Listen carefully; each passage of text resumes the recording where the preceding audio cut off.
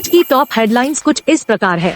भारत के पहले C-295 विमान ने स्पेन के सेविले में सफलतापूर्वक उद्घाटन उड़ान पूरी की। रूसी OEM भारतीय कंपनियों को पुर्जों और सब असेंबली को आउटसोर्स करने पर विचार कर रहे हैं। IAF पायलटों को authority for advance ruling AAR कौशल प्रदान करने के लिए बड़ी ईंधन भरने वाली प्रणाली का सहारा लेता है। राजस्थान भारतीय वायुसेना के MiG-21 क्रैश में 3 नागरिकों की मौत, पायलट इजेक्ट।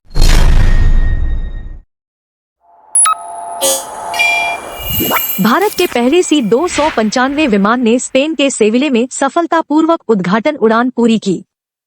भारत के प्रथम make in India aerospace programme की ओर एक महत्वपूर्ण कदम अग्रसर होते हुए भारत का पहला C-295 विमान ने अपनी मैदानी उड़ान सफलतापूर्वक पूरी की है, जिससे इसे 2023 के दूसरे अर्धवर्ष के भीतर वितरित किया जाना है। यह विमान 5 मई को स्पेन के सेविल से उड़ान भरता हुआ 11:45 बजे स्थानीय समय GMT+1 पर उड़ान भरता हुआ देखा गया था और 2:45 बजे लैंडिंग के बाद उतर गया। भारत की वार्षिक आवश्यकता के अनुसार इस 295 विमान एक ताकतीगत परिवहन विमान है जो एयरबस डिफेंस एंड स्पेस द्वारा डिजाइन और निर्मित किया गया है। यह एक उच्च विविधता और शक्तिशाली विमान है जो विभिन्न परिवेशों और युद्ध क्षेत्रों में कार्य कर सकता है। भारतीय वायुसेना ने एयरबस से 56 C-295 विमानों की आदेश दी है, जो सरकार के मेक इन इंडिया कार्यक्रम के तहत निर्मित होंगे।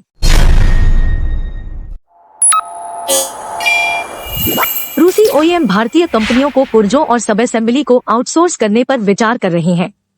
भारतीय सशस्त्र सेना द्वारा उपयोग किए जाने वाले रूसी मूल के हथियारों के स्पेयर पार्ट की आपूर्ति के लिए कई महीनों से तंगी थी, लेकिन हाल ही में भारतीय और रूसी अधिकारियों के बीच हुई एक मुलाकात के बाद इस तंगी को तोड़ने की संभावना है। भारतीय रक्षा मंत्रालय ने रूसी OEM को मेक इन इंडिया पहल का हिस्सा बनने के लिए उकसाया है। इस पहल के तहत रूसी रक्षा उद्योग को भारत में कार्यालय खोलने और स्थानीय संयुक्त उपयोग के लिए स्थानीय भारतीय कंपनियों की नियुक्ति करने का अनुरोध किया गया है। भुगतान मुद्दों के कारण स्पेयर की आपूर्ति रुकी हुई थी, लेकिन इस पहल से भारत में स्पेयर की नियमित आपूर्ति सुनिश्चित होगी। यह पहल भारत के स्वदेशी उत्पादन क्षेत्र को बढ़ावा देने के लिए है, जिसमें रूसी OEM की भागीदारी एक महत्वपूर्ण कदम है।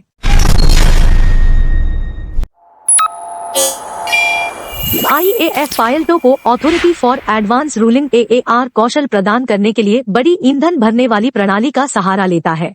भारतीय वायुसेना IAF के फ्लाइट रिफ्यूलिंग एयरक्राफ्ट FRA की कमी का सामना हो रहा है, जिससे उसने अपने पायलटों को air to air refuelling AAR कौशल देने के लिए वैकल्पिक तरीकों का अनुसरण करना शुरू कर दिया है। IL-78 air to air refuelling tanker विमानों का चलाना भी भारतीय वायुसेना के लिए मुश्किल रहा है, जो उनकी उपलब्धता दर को घटाते हुए अब भी 50% के आसपास है। फिलहाल IAF के पास आवश्यकता होने के बावजूद वह अतिरिक्त 6 air to air refuelling tanker विमान नहीं खरीद पा रही है। बड़ी खबर है कि विमानों की कमी के कारण IAF ने अपने पायलटों को AAR कौशल सिखाने के लिए बड़े बड़े मित्र एयर रिफ्यूलिंग विधि का उपयोग करना शुरू कर दिया है। इस विधि में 2 लड़ाकू विमान साथ में उड़ते हैं, जिसमें एक विमान टैंकर के रूप में काम करता है और दूसरा विमान उससे सीधे मध्य आसमान में जुड़ता है और इससे उसमें ईंधन को भरा जाता है। यह विधि विशेषज्ञों द्वारा विशेष रूप से नहीं समझी जाती है, लेकिन यह AAR कौशल को सिखाने के लिए एक प्रभावी तरीका है। IAF अपनी संचालन योग्यता को बढ़ाने और किसी भी संभावित खतरे से निपटने के लिए अपने पायलटों को AAR तकनीक में प्रशिक्षित करने की कोशिश कर रही है। हालांकि अपनी फ्लीट में उपलब्ध FR की संख्या कम होने के कारण IAF को अपने पायलटों को AAR कौशल सिखाने के लिए वैकल्पिक तरीकों का अनुसरण करना पड़ रहा है।